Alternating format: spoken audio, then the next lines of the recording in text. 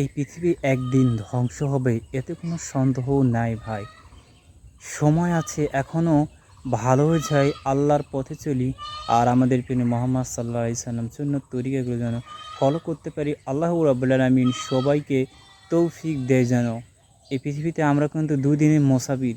আপনিও চলে যাবেন, আমিও চলে যাব। এত অহংকার করে লাভ নাই ভাই।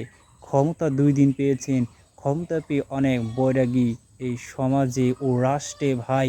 প্রত্যেকটা মানুষকেই কিয়ামতের দিনে আল্লাহ রাব্বুল আলামিনের কাছে হিসাব দিতে লাগবে। এতে কোনো সন্দেহ নেই।